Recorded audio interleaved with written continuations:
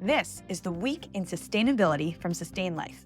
It's where our team of sustainability experts and practitioners share commentary to keep you up to date on developing stories and news. Hello, and welcome back to another Week in Sustainability. I am AArete, Chief Sustainability Officer of Sustain.Life, and I am joined today by one of our partners, Tyler Thomas from AArete, the Sustainability Lead. A little bit about AArete for our listeners on the line who don't know. They're a global management technology consulting firm specializing in strategic profitability improvement, digital transformation, and advisory services. Now, I'm going to pass it off to Tyler to explain a little bit of what that means and where it intersects with sustainability and decarbonization. So thank you so much, Tyler, for joining today. And please do share a little bit more about AArete and your focus there. Yeah, thanks, Alyssa. Yeah, we have a really strong background in strategic profitability improvement, but we use that with data. Data is very, very important for us. We had a lot of our clients in procurement and other C-suite executives coming to us and saying, what's this sustainability thing? And how does this relate to us? Mm-hmm. Especially chief procurement officers. And hey, I have this sustainability officer breathing down my neck. I apparently have a big role in sustainability. I have all this procurement data. What do I do with it? So we've been on a journey for about the last 5 years on Mm-hmm. supporting clients. What do we do with sustainability? How do you use data? What's scope 3 emissions? A lot of our services rely on kind of baseline scope 1, 2, and 3 carbon emissions and kind of creating net zero roadmaps. Once we have our numbers, what do we do from here? Yep. Well, you're in good company here with the focus on data. I think we all on the line probably know you can't manage what you can't measure. And it is so much of where we see our own user base focusing as well. Just getting that initial baseline, understanding your data coverage, where that data is coming from, what level of fidelity and rigor that data represents. You're not going to get perfect primary data for all of your emissions. You're going to need proxy data. You're going to need that secondary kind of gap and average filling in. So before we get too deep into it, and I realize we're already diving in, let's focus for everybody what we're here to talk about today, which is decarbonization specific to higher education and the higher ed sector. Now, AArete has corporate clients across a range of industries, but that's a specific focus for you all, right? And I imagine that higher ed, many of them being nonprofit and, just knowledge-based institution, it looks and feels a little bit different than a corporation in terms of how they approach sustainability most broadly and decarbonization as well. So thinking about maybe like those different models, their structure traditionally a little different than a corporate entity, particular in terms of how they govern themselves, their funding models, stakeholder engagement, a lot of the things that are so foundational when you think of ESG from the real corporate and strategic standpoint. Can you talk a little bit about just how foundationally things feel or look or go a little bit differently in higher ed? Sure. Yeah, like you mentioned, they're nonprofits, so they don't have to answer to shareholders and short-term profitability the same way that a traditional corporation would, which means they're able to take a longer-term approach, especially when it comes to financial ROI, which actually fits great with a sustainability plan. We know sustainability is not happening tomorrow. It's Hmm. years or 2050 goal or whatever the university said. So universities care a lot about impact on their students, impact on their research, impact on their communities. So not having that financial ROI being the only metric to kind of drive change is super refreshing. Hmm. Uh, a huge difference we've kind of noticed with universities is there's great buy-in from all levels, is different than a corporation where maybe there's a really passionate board member or they're doing sustainability for a compliance reason. And Hmm. then the people at the lower rungs of the firm, maybe they think it's tree hugging. Maybe they think it's a buzzword, Yeah. but at a university, students are really passionate about sustainability. The faculty is very passionate and they're educated on climate change and Hmm. why it's so important to decarbonize. So that's been amazing and a great, very refreshing compared to corporations, to say the least.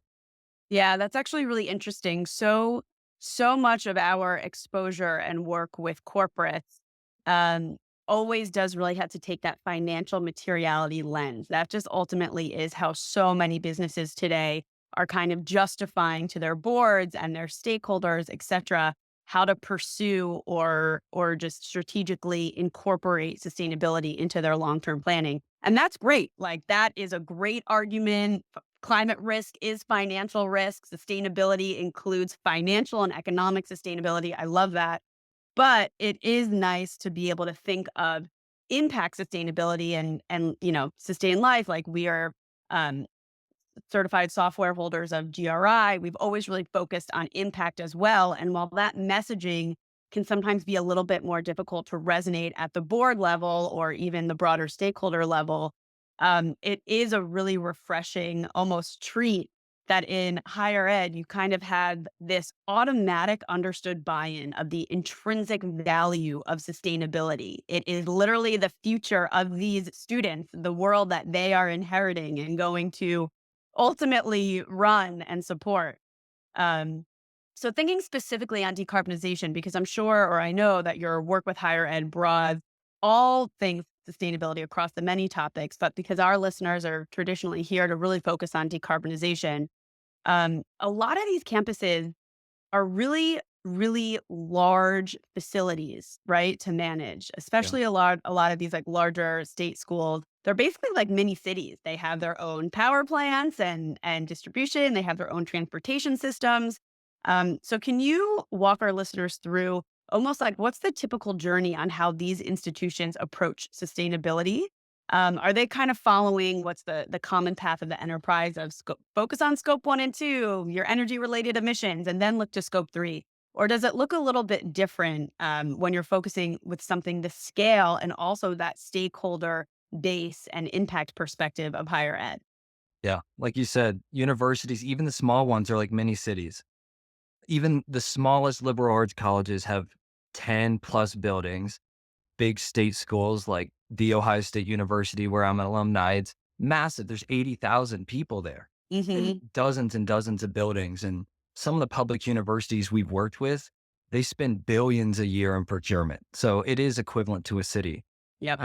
We do still see a lot of universities starting with scope 1 and 2 reduction, especially if they've had a program that's been around for a while. Hmm. I think candidly, scope 1 and 2 emissions is fairly easy to calculate and has been for a while. And what's really important about it is you're able to conceptualize these emissions, these on-site operational emissions. Hmm. We know we're using utilities. We know that. But scope 3 emissions has come along, and what do you mean there's emissions from items that we buy or investments that we have? I think that's very different. So Hmm. when we speak to universities, I kind of think of decarbonization as three different buckets.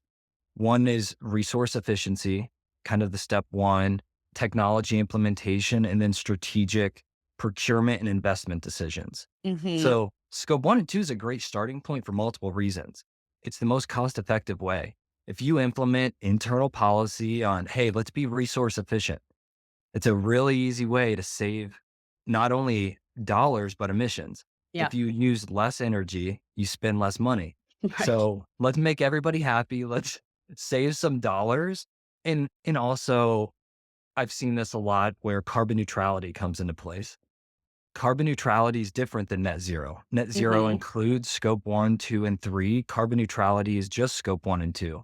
And universities, it's great to say we're carbon neutral. And Hmm. that can happen way quicker than scope 1, 2, and 3. Yeah. Yeah. That's a great point, actually. And we talk about that, the intersection of carbon neutrality and net zero all the time at Sustain.Life. And there's like so much education that actually the market is still looking for and really understanding the nuance and the differences, so much being about offsets and carbon credits, which you Yeah. can use in carbon neutrality. But if you're following something like the SBTI corporate net zero standard, you cannot use to reduce your emissions for a net zero strategy, even though they've recently come out with a memo saying I maybe saw that. we'll allow them. We don't quite know where or how, but yeah. Um, Exactly. I won't diminish carbon neutral. It's great. And we have a lot of clients where, hey, 2025, we want to be mhm. carbon neutral. We'll gladly help you get there, but the first stepping stone in our eyes. We're big proponents of SBTI and kind of Yeah. net zero. But I guess one other thing I'd like to mention here is we have started. Maybe I'll take a step back. Universities vary kind of differently on where they're mature and like where we have intro programs. Mhm. So like in California, in the Northeast, in the Big 10, Mhm. sustainability programs are very, very developed. And Yep. they've had these programs for a long time.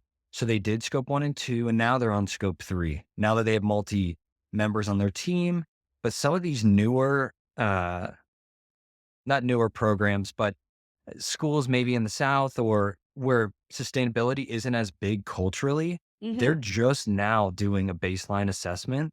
So Mhm. when we do that baseline assessment, we always do scope 3 and Yeah. they say, "Oh my god, procurement needs to be involved." So sometimes we are saying, "Let's get procurement into this conversation as quickly as possible." Interesting.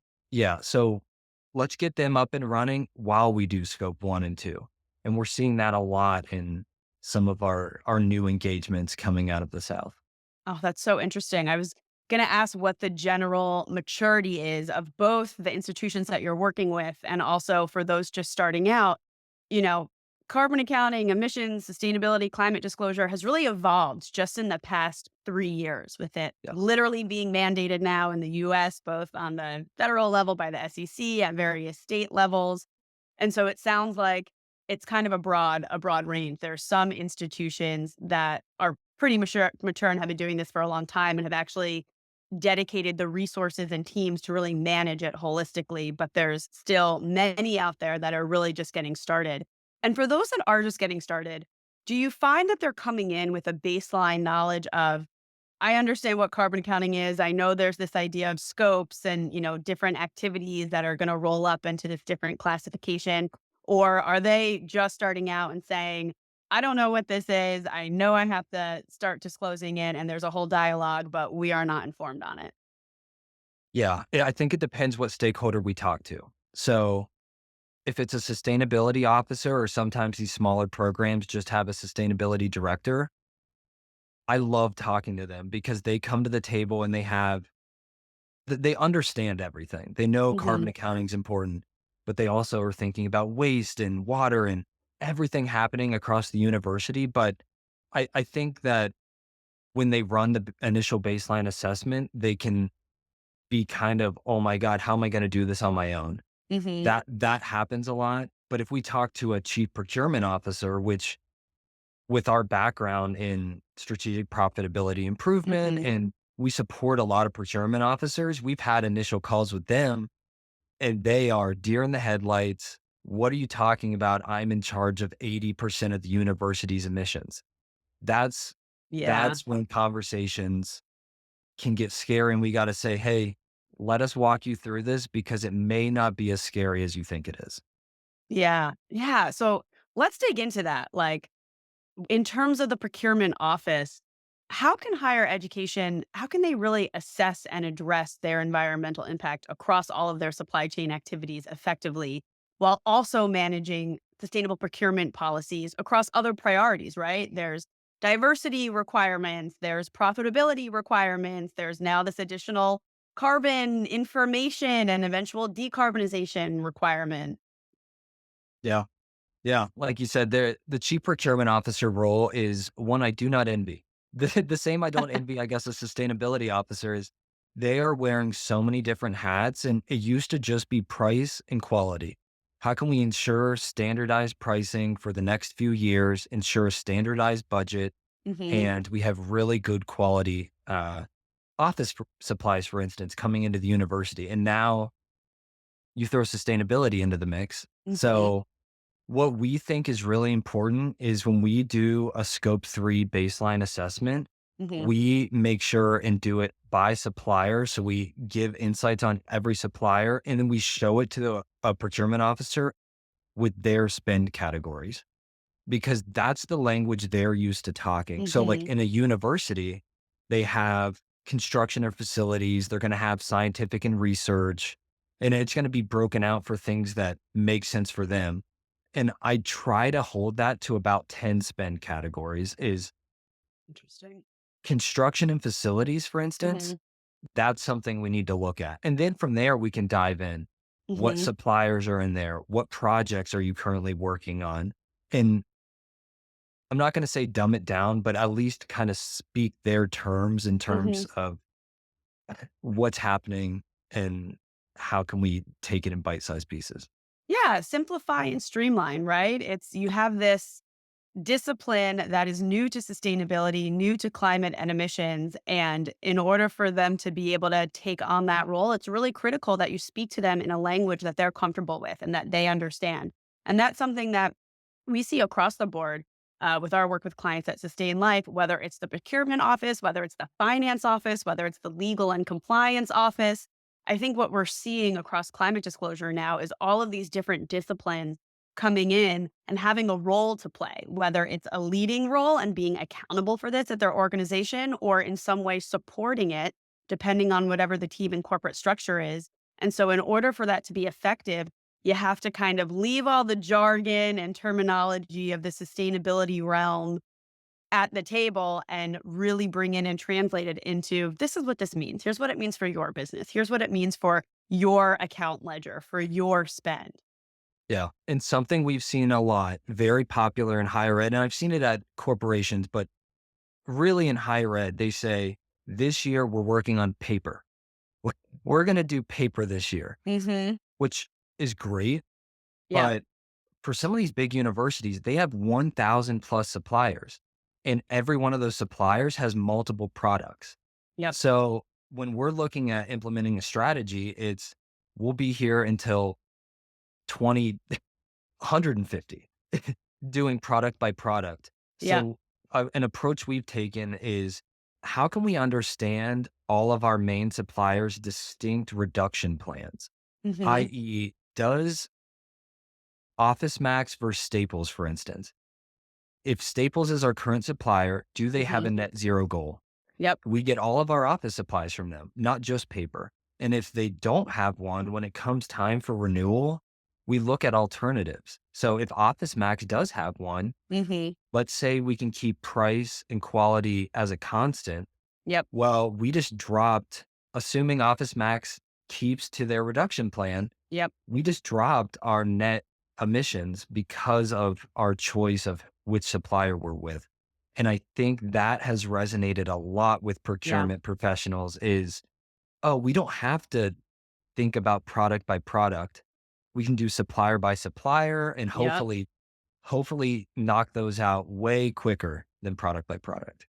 Absolutely. That's another one. The feature that we're actually just about to launch is all about automating that supplier reported emissions data because sure, sometimes a brand is going to want to focus on a specific product. They're going to want to do an LCA, but at scale, and again, especially for sectors that are not making specific physical products. So higher Definitely. ed, take any industry. It is about getting more global and holistic and robust data capture in a way that's scalable and feasible and reflects your actual supply chain. So really understanding from a scope 3 engagement target, who of my suppliers have a net zero target? Is it validated by SBTI? Are they keeping on track with that progress? Can I ingest what their emissions are and the portion of their emissions I'm responsible for through the goods and the services that I spend with them? And having all of that be automated to drive towards reduction is really what this is all about at scale, especially when you're feeling that strain again across multiple priorities. You need to be able to look at the carbon piece with the dollar piece to make this whole strategic plan viable. Yeah. And what we do when we make a roadmap is it achievable and attainable, Hmm. but ambitious? So like when we give this baseline assessment to a procurement officer and they see, hey, all of these 10 of your top 20 suppliers don't have a net zero target. You have all these emissions on your hands. They say, Hmm. oh my God, how am I going to do this? Things are already tight in the office. Well, if food service contract isn't up until 2026, Hmm. cool. We'll address that in 2026. Same for office supplies. If that's a Yeah. 2025 thing, that's how we add it to the roadmap. So you're already going to be thinking about this contract renewal at that time period. Let's add it to the roadmap and deal with it then. We can do things now. We can add things to the roadmap later Hmm. so we don't get bogged down in all of what sustainability can become. Yeah. And so, like, focusing on that supplier engagement piece, is this, are you seeing your clients add these requirements into RFPs? Are they soliciting this information in surveys or data exchange requests? What does it actually look like to engage with your suppliers for the data as well as to then actually decarbonize and make the numbers go down? Yeah, if you don't mind, I'll tell you a very, very quick story. We Yeah. just had this project that I'm very excited about. It was with a major university. A little background, we approached them probably 6 months earlier. Oh, we don't know scope 3 emissions. That's not important right now. Sure enough, someone from BlackRock joined their board and said, "Hey, where's your scope 3 emissions? Yep. let's uh let's get those numbers and have a conversation about it." So Hmm. he called us, "Hey, can you turn this around very quickly for us?" So we were able to get the initial baseline assessment, and we saw that construction and facilities was over 50% of their emissions, which in theory, it should be very high, but it Hmm. shouldn't be that high. Yeah. As we dug into it, we saw that they were conducting a lot of updates across the university to make their buildings LEED certified, which is great. It's sustainability focused. Yep. However, their RP language had no language kind of emphasizing that this university had a reduction target and there was a preference for sustainability focused suppliers that kind of Hmm. shared those reduction targets. Yep. So, needless to say, within a week, we updated their RFP language and moving forward, now that's in there. So, that's kind of the intersection of how do we look at a baseline, identify something, and then kind of implement change into the Yeah. RFP process, which now in the future, hopefully those upstream emissions are not as high. So Yeah. that was a really great project we just worked on. Really cool.